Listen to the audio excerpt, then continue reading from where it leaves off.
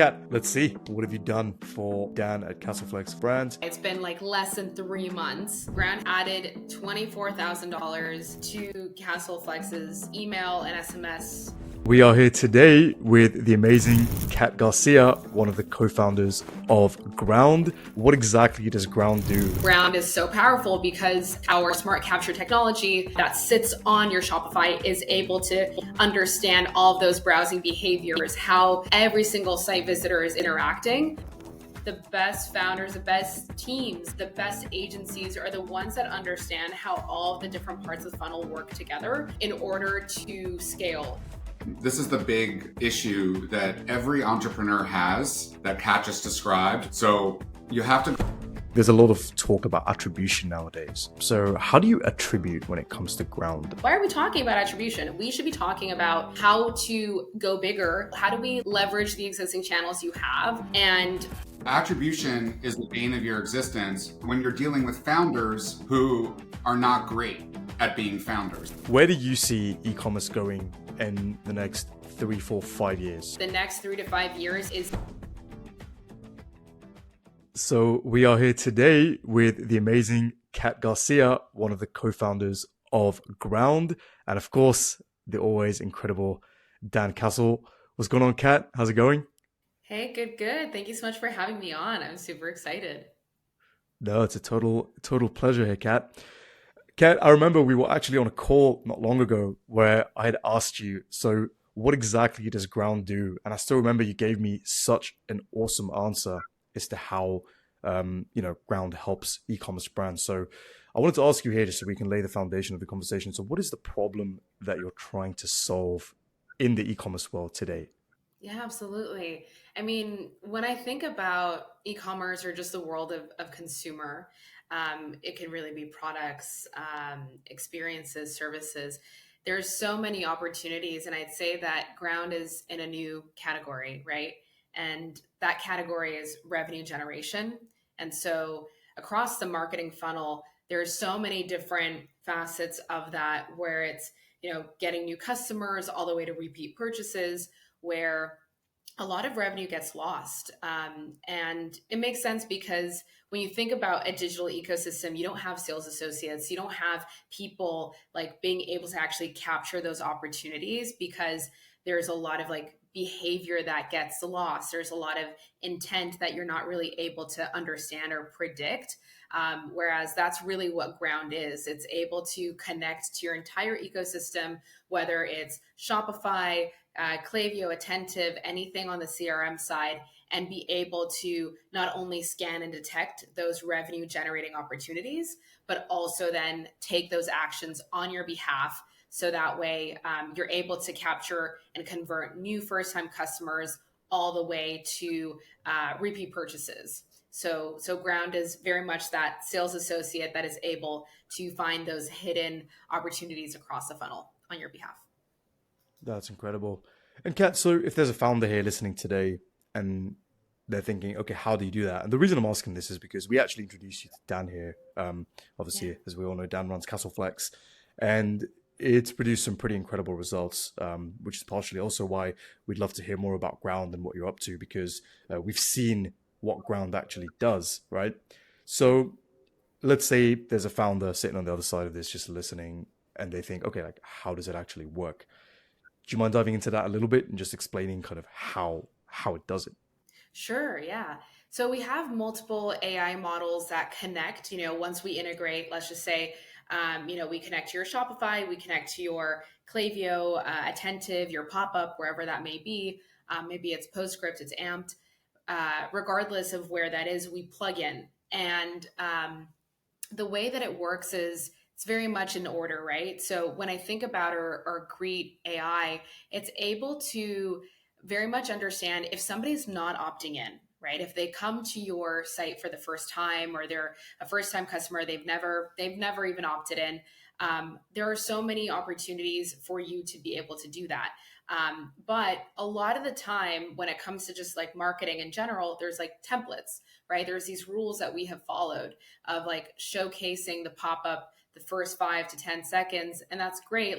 A lot of people A/B test that, but Ground removes the A/B testing approach so that you're not guessing. So in the case that somebody has not opted in, they haven't made their first purchase, and they've dismissed your welcome flow, Ground is able to come in and predict at what point in time is that person most likely going to, make their first purchase and subscribe. And so that's really why the timing is so important of your welcome offer. So it's a very much a predictive offer that we plug into. So from a creative standpoint, everything stays the same, but it's very much being able to identify those invisible visitors and then timing it so that way those offers are very much captured. So that way you're able to get them to make their first purchase. That's incredible. Awesome, Kat.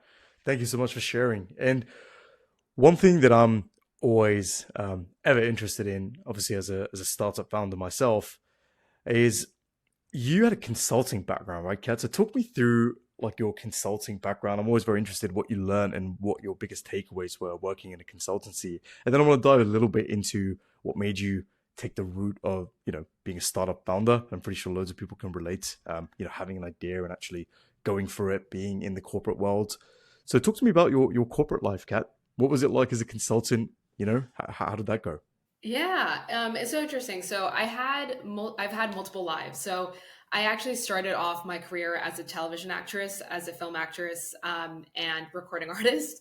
I was an independent recording artist, and I was the opening act for Young Money. And so there was a point in my life where it was really hard to kind of like crack into corporate, just because everybody would look at my CV, and I had like 10 years of experience with like digital marketing before a lot of those terms and like the world that we understand today existed. Like I was on YouTube in 2006, talking about like different topics and growing audiences.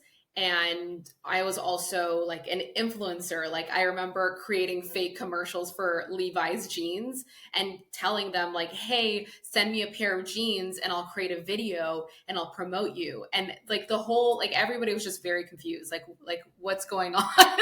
Why would we do this? Right. And so like all these like influencer collaborations, I remember trying to like crack into corporate and everyone telling me like, it sounds like you're an entrepreneur, like you should go and do that. Like I remember my first interview was for a very large beauty conglomerate. And they really liked me, but they were so confused. They're like, what does video creation and like content creation have anything to do with marketing? And I was like, how are you asking me this question? Like, this is the future. Like, influencers didn't exist. That term just didn't exist at the time. But it was always just really, I feel like I was always sort of like ahead of the trend and ahead of a lot of these now industries. And it was very frustrating for me to be told or dismissed, kind of like, this is like the way that you're thinking is kind of stupid, for me it felt like I was being limited in my creative abilities, because in many ways it's creation, and as startup founders, like I am a creator, but I think all of us are as well. And so when I got into consulting, I started consulting at Accenture, and so that was great in the sense that I get bored very easily. And so it was my first kind of experience being in this like huge, company where I got to touch many different projects. And it was wonderful, but in across the board, and like all of my managers would, we would have conversations where they'd be like, this is just not the this is not the place for you. Like, and I would tell them, I'm like, I'm ready to take over the world. Like, really? Like, this is my job? Like, no offense, but like, this can't be it. Right. And I think that impatience, I look at, our team, and whenever people that are more junior come on and I'm helping them, I'm like, this is it. But I kind of need you to like touch everything. It's wonderful because you can really tell who is meant for startup and who is not. Yeah. because there's just no structure. And like, I hated the structure. I could speak corporate. I can speak corporate, which I think is great in the world that, Ground is in, because our technology can really help all, every kind of company across the board, whether they're making $1 million all the way, to $300 million. And so it's really great in that sense. But my mentality is just like, can we go? I tend to break rules, and I don't like to be told what to do, or be limited in the ability to solve problems. This is the big issue that every entrepreneur has that Kat just described when they start their careers. So you have to go with your gut. If you graduate college or you skip college and you go right into the workforce, whatever it is, if you're going corporate, you probably haven't skipped college, because I don't think they're there yet, but they'll get there. College is still important to them, but it eventually won't be. And so what happens is people like myself and Kat will feel like sort of like an outcast or a black sheep amongst a whole group of white sheep that are just all going in one direction, and you just feel like you don't fit in. And the reason you don't fit in is because entrepreneurs care about one thing, and that's getting shit done. We don't care about politics in the office. We don't care about titles. We don't care about any of those things. We just want to crush it. And we want to treat everything like it's our own business and our own company. And so instead of waiting on 5 people to approve something that should be approved like immediately, and you might lose that deal, that is the difference between an entrepreneur and somebody who's corporate. It doesn't mean entrepreneurs are better. It just means that you're not suited for that environment. And that's a red flag. If you feel frustrated all the time because you either feel like you're the only one in the room that wants to get shit done, or you're being sort of cast aside in the corporate company, or people are getting jealous of you. There's a lot of jealousy because entrepreneurs really sort of stand out. They sort of stick out like a sore thumb, like we're a threat to everyone, because we become a threat to the people that are in charge of us, because we have that get shit done mentality. And eventually, if there's a good owner at the top, they're going to see that entrepreneur and they're going to say, either you don't fit our culture, you should go and do your own thing, and best of luck. And that's the best advice that they could give you, is like, right, instead of you going through it, or you got to get in line. You're not playing ball. So right. People, if you're not fitting in, you're an entrepreneur. So just cut the crap and go do what you need to do in your own life, and don't listen to these people. They're not you. They're not your people. Right. Absolutely. 100%. Yeah, exactly. And that's also why I've always known, and I studied 3 majors because I knew that I wanted to be a founder, or like an entrepreneur. I didn't know in what, but I said, I'm going to do marketing, information systems, and finance, to just get those 3. So that way, even with my studies, I could like focus on the things that I want to learn. Not even optimizing for grades. Like I didn't care about the grades. I was like, let me just get like an education for like what it is that I want to get out of this. And then I'll like figure out the job situation later. And I ended up at the Boston Consulting Group under their venture arm, where they were like spinning up startups for corporations. And that was like a beautiful mix of both, where I had the structure, I had a lot of like beautiful benefits. And then I got to learn from such smart people across industries and disciplines, like, okay, engineers, there were product designers, more on the human-centric design thinking, growth marketers, venture, right? And so it was really cool to kind of get all of that in this protected space before I was ready to make that jump. But making that jump is never easy. And I prepared myself, I saved up, and ultimately, like, when I made that jump and I left BCG, I had panic attacks for the first, like, I still have panic attacks being a startup entrepreneur. But it was really hard to kind of like leave that safety net. But ultimately it's when you have a calling, and I was called at that point. I was like, I keep seeing this, I keep feeling it, I know that it's time. You have to listen to that because it's just part of your life. It's part of your destiny. It's written. So just, you have to just take that jump. You cannot ignore it at a certain point in time. Kat, let me ask you a question. Do you want to click the share button and just show everybody quickly my account and what you've done for it? Yeah. We didn't plan this. I want people to honestly see what we're talking about and why we're so excited to speak to Kat today. Oh, thank you so much. Let me flip this. Yeah. So we're looking here at Ground, CastleFlexx's account within Ground. So Kat, let's see, what have you done for Dan at CastleFlexx for the brand? Let's if you just walk us through it and show us what Ground is and what it looks like. Absolutely. Okay, so year to date, what Ground has done, it's added $24,000 to CastleFlexx's like email and SMS on top of what it's already doing.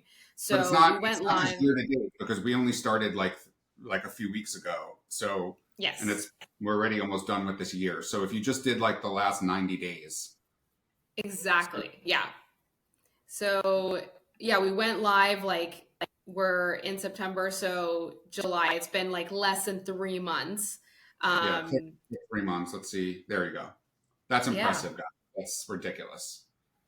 Yeah. This is it's all super exciting. Extra money, right? This is like, it's not cutting into existing Meta or Google sales or podcast sales. It's just like completely cherry on top, incremental revenue that Ground magically helped us, earn, right? Absolutely, exactly.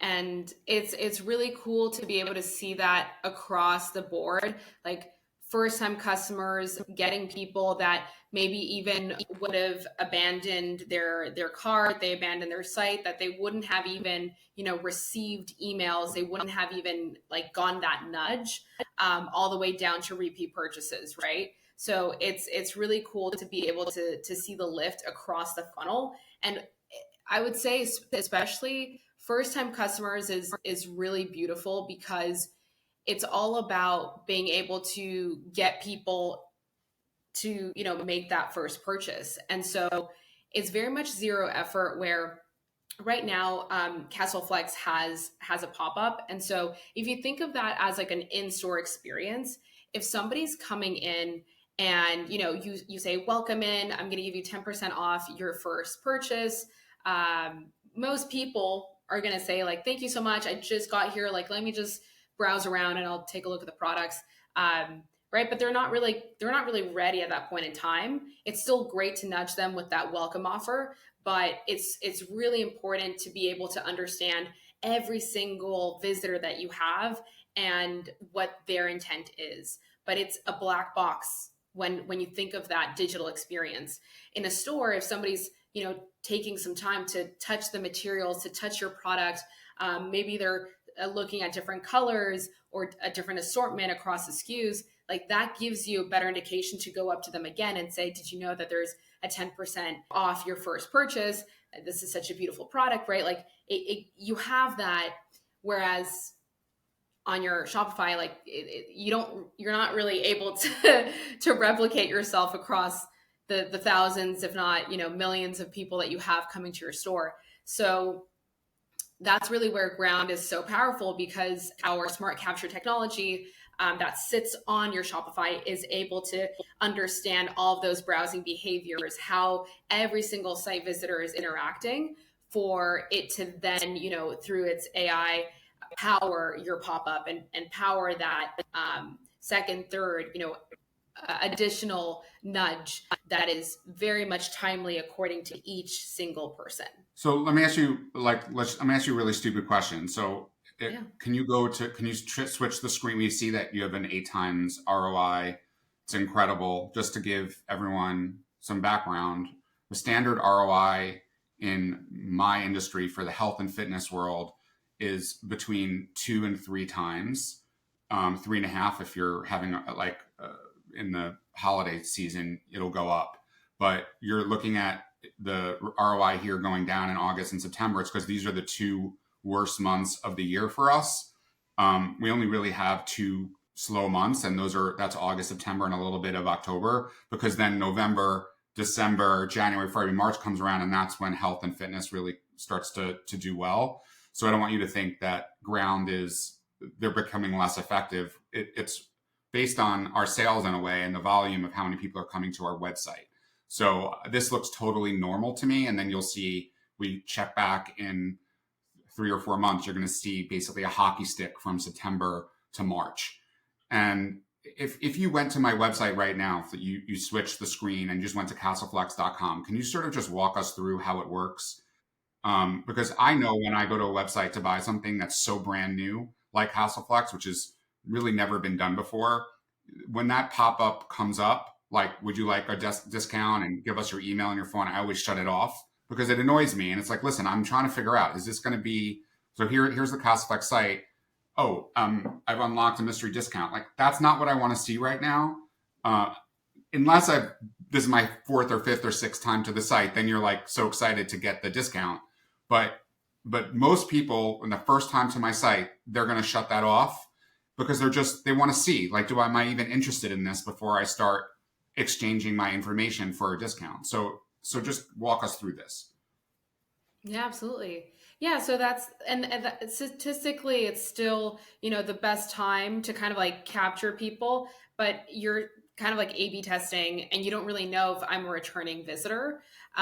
So in this case, I'm going to just, X this out. But then if I'm, for example, looking and I'm spending some time on the site, and then I go to, for example, luxury. So now I want to check this out. Okay, I'm now on a product page. So I'm going to spend a little bit more time here trying to see, like, maybe I want to check out this color. There's a little bit more intent here because I'm trying to like educate myself on the product. I'm looking around. My browsing behavior is very different from anybody else's at this point in time. I've been on the site already, so Ground at this point in time already knows that I've been here. So it's taking all of this into account. It's almost like a heat map that it's understanding. And so at a different point in time, it's going to be able to showcase the pop-up when it indicates that I'm ready to make, a purchase. So yeah, it really depends on the browsing behaviors, the devices I'm using, and then it can really target me at that point in time. Right. So basically the heat map, for those that don't understand, imagine the website that you're looking at right now, and wherever Kat places her mouse is where, I don't think they're at a point yet where they can go by your eyes, but I know that they're working on that. But for now, it's just where your mouse is. And so if she starts clicking on the sport versus the luxury, and then she starts looking at her height, or she goes to learn and she starts filling out the questionnaire so that we can recommend what she should buy based on the answers to her question, then Ground is immediately going to download all that information real time and say, okay, now's the time. It seems like they're ready to purchase, but they maybe that nudge of, here's a little discount for your first purchase. And that's where Ground gets them, versus clicking it off, looking around and saying, you know what, I don't know what that mystery discount was. It's not important to me. Did it just pop up? So that was Ground that did that? Yes, this is Ground. Yeah. Okay, so that's important for people to understand. You're ready to buy. Yes. Yeah, so that's important to understand. Back on luxury. It knows that I like luxury. Yeah, so it knows you're bougie. Is that what they say? Yes, kids? Exactly. That's it. Yeah, I'm bougie. It knows you're going for luxury. You're not going to be stretching in the woods. All right, so because we have a lot of trail runners, we have a lot of hikers that will take the sport to pretty crazy places, snow-capped mountains and stuff like that. And the luxury doesn't work for that. The luxury has cork handles, so you're indoors most of the time when you're using it, and you want to keep it away from humidity, etc. So it is a bougie style, but I want everyone to understand, before Ground, this doesn't pop up again. It only popped up once and you shut it off, and maybe or maybe not, you're going to order. But now you're it looks at your heat map and it clicks, it initiates the mystery discount pop up, and she'll get a 10% discount on her first offer, her first purchase if she buys it. And it might seem so simple and silly to someone, but this is a store. You have to think of this like a retail store. And there's a difference between going to a retail store that is like a Macy's, where you're going to walk in and you feel like you're on your own and you're just trying to figure out what you need and what you can, versus our store, which is more like a specialty store where someone's going to approach you and say, can I help you? But what it's saying is, I'm walking into this new store. I don't want someone saying, can you help me? I don't know. I want to look around first. But then when I start to get interested in a certain section of the store, right? Let's say it's candles in a specialty store in town here in Atlanta. Then the woman comes over to me, or the man comes over to me and says, by the way, the candles, do you want to learn a little bit more? Do you want a discount on that? And now I'm interested because they didn't annoy me when I walked in. They gave me some time to download and digest all the new products that I'm seeing for the first time. So you got to think of Ground as a virtual salesperson that knows what's going on in your mind, but based on the heat map of the site. Boom, that's it. That's your pitch when you're talking to somebody who's not sure if they want to get Ground or not. We are your virtual salesperson, but we don't annoy you. We do it in a way that will come in just at the right time. And we just showed you the ROI on that in 3 months, $24,000 incremental revenue. That's how much am I paying per month for Ground? I have to check back, but I think it's like maybe 1,000 something, like 1,000. Yeah, it's not. 500. I mean, it's a huge return for me because let's say I've spent 3,000 or even 4,000 on Ground the last 3 months, and you see that we're doing at least 20,000 net profit after the monthly expenses, of which it's so worth it. And what you did that's so cool, and the way you convinced me to do Ground was, you said if you're not happy and you don't get a good return in the first month, we'll fully refund you. And so I was like, this is offer. Yeah, it's a no-brainer offer. And when you can do a no-brainer offer when you have a business, it's game over.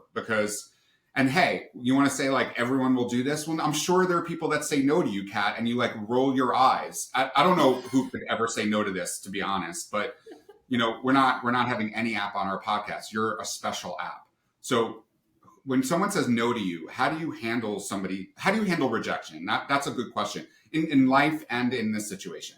Yeah, I mean, it's never easy, but I think it's also like having been an actress where I had to be rejected. You audition for like 100 parts and you just get like one yes. We wouldn't reject you, Pat. We would give you like the star role if Sam and I were the casting.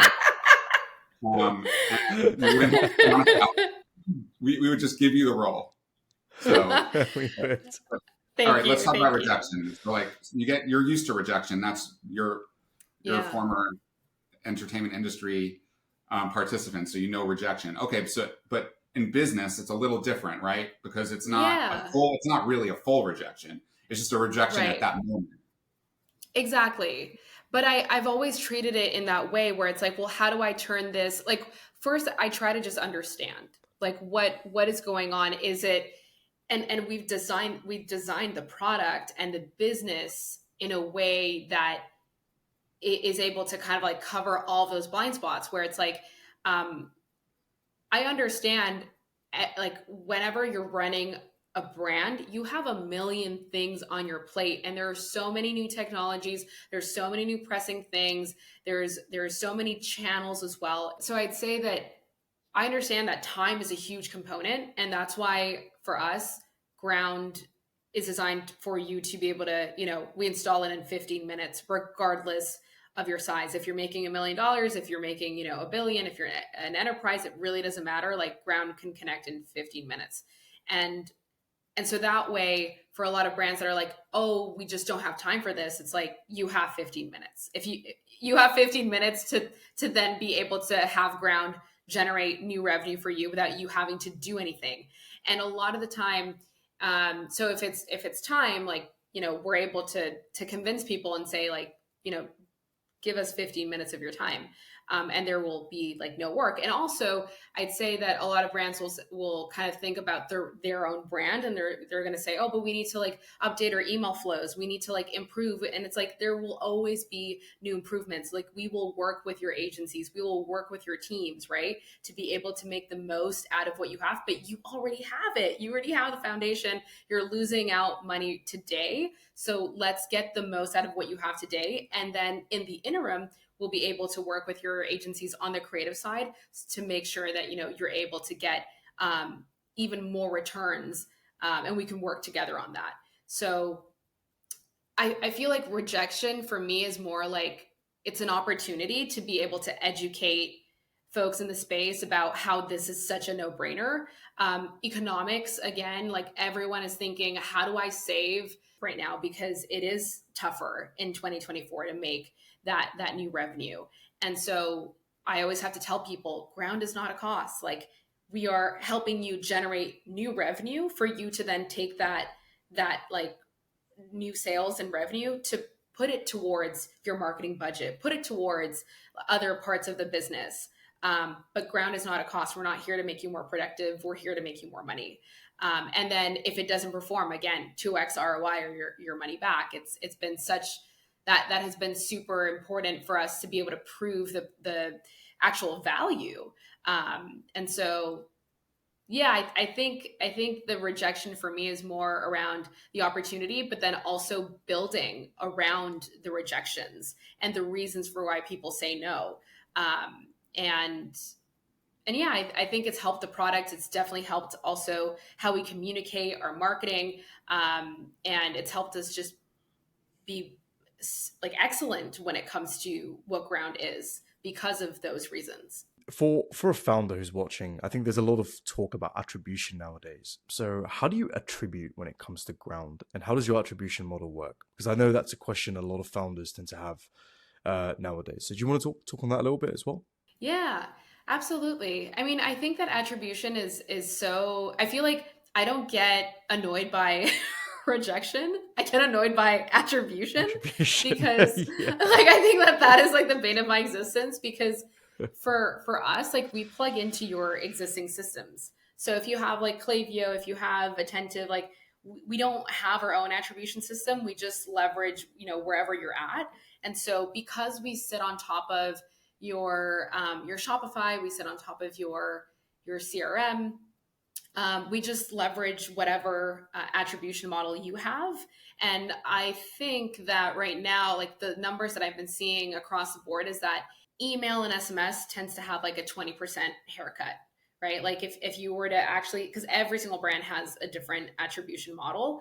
But if you were to map it out across brands at the industry level, we're seeing that it's usually about like 20% that you want to like give or take, you want to kind of remove and attribute that to like, other parts of the funnel. But it's just, it really depends when you should be caring about attribution. Like I work with so many brands where we're sitting there and it's like a 20x ROI and we're talking about attribution. And I'm like, guys, you make like $5 to $10 million. Why are we why are we talking about attribution? We should be talking about how to go bigger and now deploy more attention to brand. How do we get more people in the door? How do we get more people? How do we like leverage the existing channels you have to continuously generate more revenue for you? Not about counting all these things that just don't matter at this point in time. Like let's scale more, let's go bigger, because at the end of the day, like what do you do with that information? Like what does that do for you? If you were to have the best, and attribution, you cannot solve for it. Like we are still at a point where even if you were to like have the best GA4, you have the best engineers, the best data scientists, what happens at the end of the day when you get that information, right? Like you take that 20% off. Right, exactly. And even like the time you're spending solving for attribution to then get your answer, like you wasted time, money, and for what? Like, what is the outcome of that? What are you going to do with that information? 100%. And also, the way I always like to talk about the idea of you'll never solve attribution. Let's take CastleFlexx, for example, right? If you and I, Kat, we're having a chat and you see an ad from CastleFlexx, right? And we're out for dinner and you'd say, hey, Sam, I saw this incredible ad for the stretching device because you've been having some knee pain. Why don't you check out this CastleFlexx?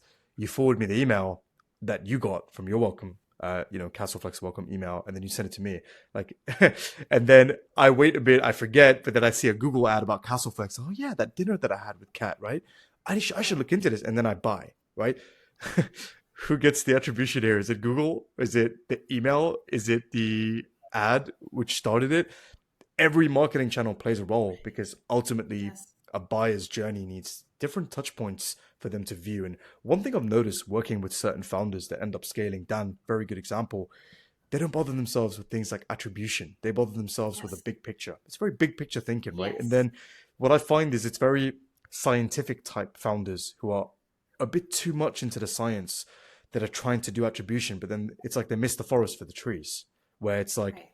every channel has its role in doing a conversion. Yes, maybe an email has a last click attribution, but then what if somebody saw an ad, forgot about the ad, saw the email? Yeah, it got last click attributed, but that was the thing that pushed somebody over into the purchase, right? You can never solve for that. So Right. it's so yeah, it's so So, I important. mean, let me just clarify. So attribution is the bane of your existence when you're dealing with founders who are not great at being founders. Let's just be real about this, because as a founder, my job is not to sit here and say, but wait a second, you brought me 24,000, but a lot of those people probably would have purchased anyway, Right. maybe not this time, but then the next time. Who cares? The point is, I'm Right. paying you $1,000 for a month and you're bringing in 24,000 over 3 months. Who cares if it's 24 or it's 5? It doesn't matter to me. What matters to me is the big picture. And it's one of the reasons why I took my digital ad buyer for Meta and put them in charge of Google and Amazon. Now, are they Yeah. doing all three? No, they've hired someone underneath them that works for them to handle these things, because they want it. The better they do, the better I do, and the more money they get paid. Yeah.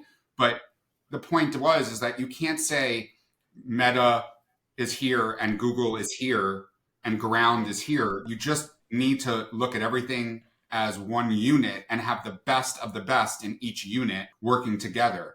So I think the biggest win for CastleFlexx has been we have one team that all works together with different groups. Like Sam handles retention, Kat handles Ground AI.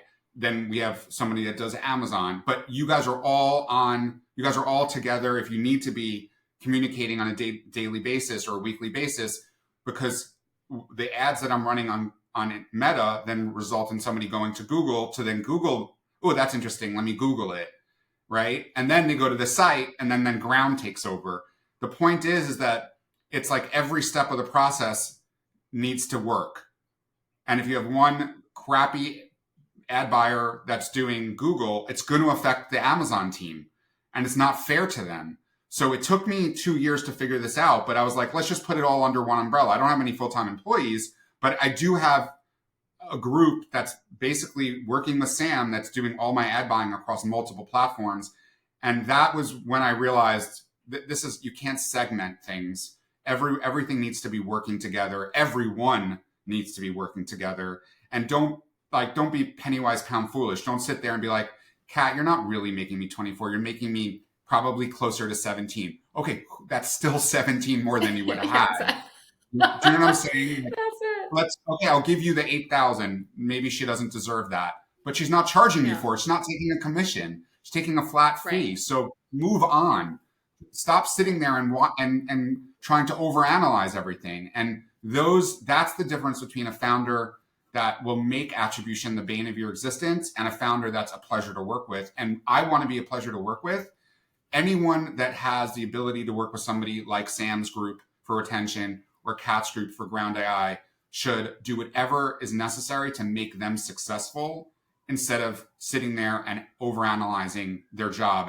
You'll know the numbers will speak for themselves. Yeah, much Absolutely. Thank you appreciated, so Dan. much. Super. Yeah, thank you. Yeah. It's so true when you think about it, hey, Kat. On that, Kat, I know obviously attribution will never be something to solve for, and that kind of leads me to something because you're very good, which you've proven at predicting the future in a way, right? You already were doing the whole influencer thing, or you already had it, top of mind back when people even understood what it was, and now everyone's out there looking for seeding influencers and all the stuff that goes beyond it. So, where do you see e-commerce going in, let's say, the next 3, 4, 5 years? So let's. I really want to get your take on, let's say, medium to short term, 5 years, and then let's look at a 10-year picture as well. Where do you see the market of e-commerce or the landscape shifting? Wow, that is it's hard. That's such a hard question. It's a loaded question. But I mean I think that what Dan was alluding to is exactly what I'm seeing. Like the best founders, the best teams, like it's not just founders, but I think across the board, the philosophy of even heads of e-commerce, the best agencies are the ones that understand how all of the different parts of the funnel work together and how the different channels need to work together in order to scale. And there's different parts of like whatever you do to get 0 to 1 million is very different from the 1 to 10 million, the 10 to 50, 50 to 100, and so on via e-commerce. But it's understanding how to adapt your thinking and where you're going to be placing your efforts. And so today, I see a huge importance of being analytical and being data driven, but combining that with brand and more like holistic thinking of like, well, what's my story? I need to have a good product. I need to have a good long lasting product that is going to stand out in the market. Even if you have a product that solves for something similar to somebody else, everyone has competitors, but ultimately it's like, well, what is your product differentiation? What is your story? And how do people understand that and connect with that? That is going to drive your numbers, and not the other way around. Because I see in the industry where there are teams and companies that they're either way too data driven where they're missing out on like that longevity. I don't think that they're going to be able to grow as fast or reach their potential. And then I see teams that are way too brand oriented, and then whenever the things that worked for them, for example, like there are a lot of brands that grew on Instagram. They grew for like 10 years just on Instagram and building communities, doing ads, doing meta ads. And then last year they were like hit with the reality that it's like, wait, we need to diversify. We need to also be data driven and understand our numbers and understand that if I'm not getting a ROAS on Google, like let me understand why, but also flip the switch as quickly as possible. And also educate myself and educate my team on personalization, product recommendations, AI across SEO, across reviews, across revenue generation. And so I think that what I'm getting to is the next 3 to 5 years is a balance. And ultimately you just need to be able to adapt to be able to capture those I wouldn't even call them trends, but realities of the market. And in order to be able to adapt quickly enough, you need to be good at your numbers and also at the brand. You need a good balance between both. It's funny. Yeah. So That's the theme of a few of our conversations, isn't it, Dan, about the 80/20, right? I knew you were gonna like. I knew you were gonna like that answer. This is what Sam does. Yeah. This is what he does. Yeah.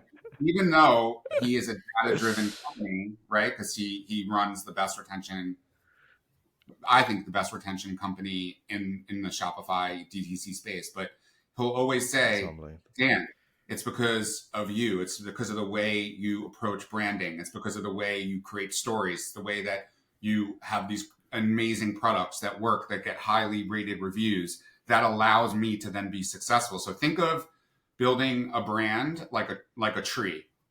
And the root system is going to be the product, the patents, the use cases of that product, the uniqueness and the pricing.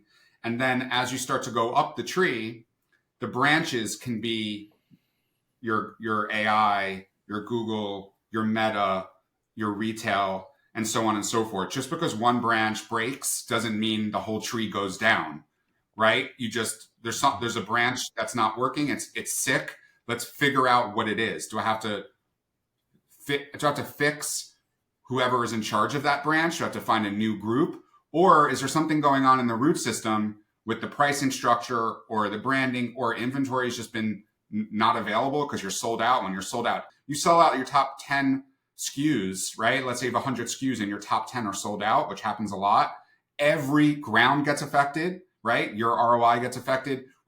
Sam's retention gets affected because he can't send out emails or texts about the best sellers anymore. And all of a sudden the entire tree looks like it's sick. Just because the root system, having the right amount of inventory, having a product that works, right? If quality control goes down, the branches will start to get sick. The leaves will start to fall. A good founder will notice when the leaves are starting to fall, not when the branch is broken. They'll know before, right? So that's why as an entrepreneur, you're always on top of your business. And that's the difference, again, between a good founder and somebody that's just sort of going along for the ride and praying that it works. Or someone like, as you said, Kat, that is just over analytical. I've seen it, let's go back to what you originally said, being an entrepreneur versus going into corporate. I was so lost when I started my career because I had no idea. I was at Lehman Brothers. You were doing, the top consulting company in the world. These were supposed to be the most amazing companies at the time. In 2000, if you had a job at Lehman Brothers out of college, that's as good as it gets, right? So in 2000, if you get a $45,000 or $60,000 paycheck in 2000, that you're a stud, right? But I was miserable. I was not happy. I didn't understand why I needed to be at the office for a certain amount of hours during the day when nothing was happening. Why couldn't that have just been a really long lunch break? But no, you can't get up, or then it affects your bonus. Like, everything was so backwards to me. I'd rather work in the middle of the night with Europe. Yes. When they start at first thing in the morning when no one else is talking to them to get those accounts. Everything was backwards to me.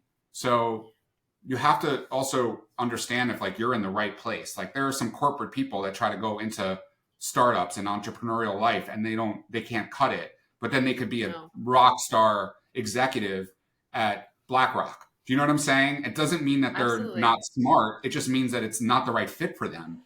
Not every, I look at my 3 girls, I know which one's the entrepreneur. I know which one's corporate. You can just sort of tell their personality type, right? One wants to always be in my office and wants to, can I see Sam's new emails? Because they love Sam's emails. Is Sam going to put me in the email this week for toddlers checking? And when he does, they all come in my office. 2 of them come in, the third can care less. But it's just interesting what, you can sort of tell. And I always say, adults, and this is how I'm able to speak in public and in large forums. I look at every adult like they're just a grown-up child. That's just how I look at it. So even when I'm working with people, they're just grown-up children. And so they have certain things they're really good at and they get really excited about. And there's certain things they can't stand and they don't want to have anything to do with. And that's where, when you're running a business, you need to be able to know every aspect of the business. But if you're not the best at it and you're not really loving it, then just allocate it to someone that loves it. And it'll be more successful than if you do it. Don't be over controlling.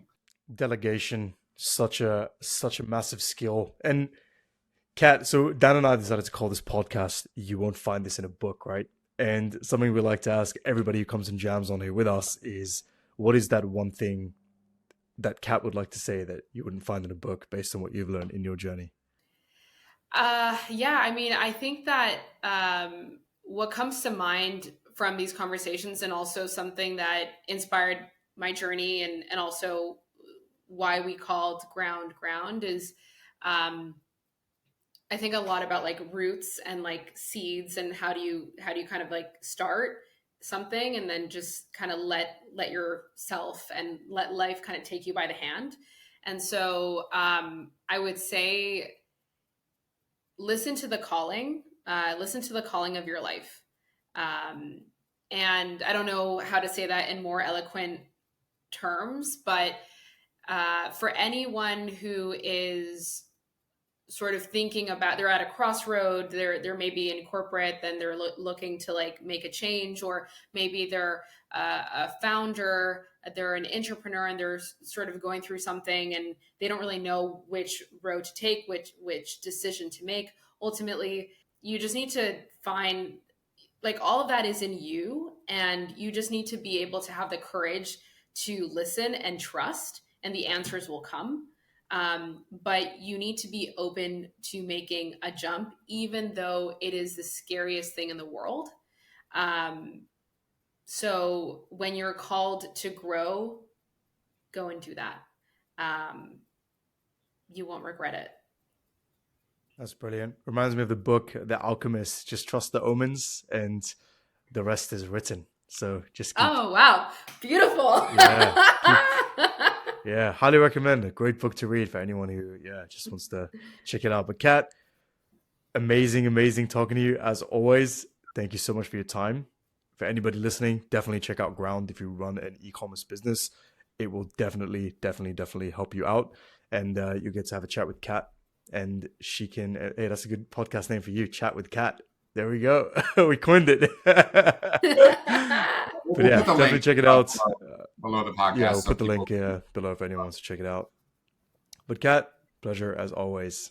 Thank you so much for your time. Thank you so much. Thank you. Thank you, Kat. Thanks so much for having me.